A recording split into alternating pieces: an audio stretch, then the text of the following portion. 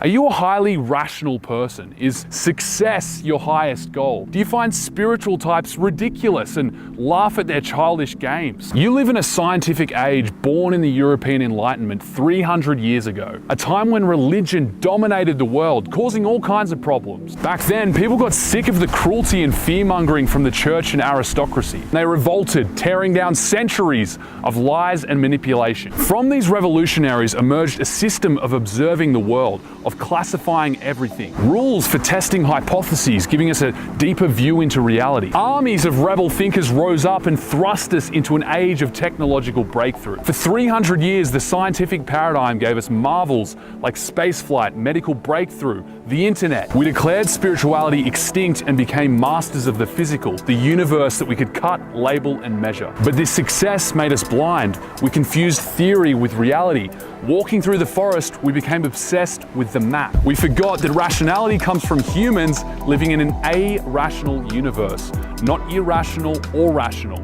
Irrational. Our reaction against superstition swung the pendulum too far and made the universe a machine. Atomic cogs and gears discerned through theory and thought. People became biological machines to be manipulated for our pleasure. The system we call logic is a mental construct, sounds, words, and symbols in our brains. A symbol is something that represents, it's never the real thing. No matter how detailed and colorful your picture of New York is, it will never be New York. Logic has no real teeth. Logic never really proves anything. It's a system of shuffling and manipulating symbols. You first need to imagine up a premise, then manipulate that premise to come to a conclusion. And premises are like religious claims. They're all based on faith and assumptions, projections from your ego. Your ego is so deeply attached to your logic crutch, you can't distinguish the crutch from your legs. And you hobble around laughing at people because their crutches are invisible. But what else is there? How can you know what's real without your mental framework? Imagine your brain's a hammer. When you're holding the hammer, all you see is nails. But the hammer exists inside an infinitely large workshop. The workshop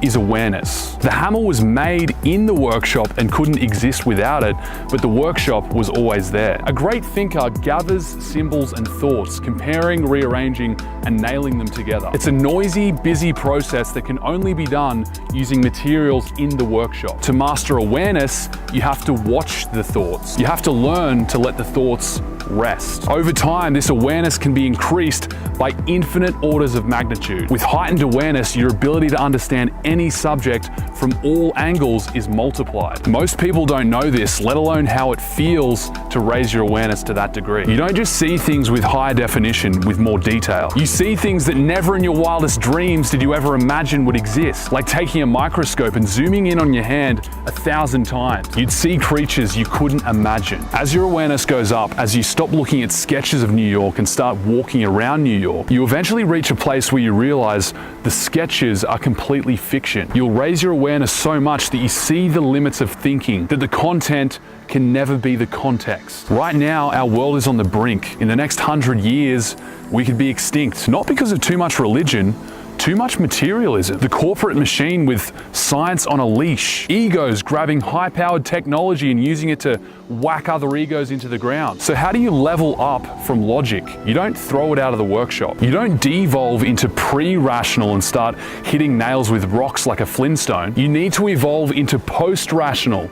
Keep logic in the toolbox, but don't get tricked into thinking it's all we have. The next level up is intuition, emotion, and higher consciousness. Here you stop leaning on data and start connecting with your body. You invest in meaningful relationships and build community.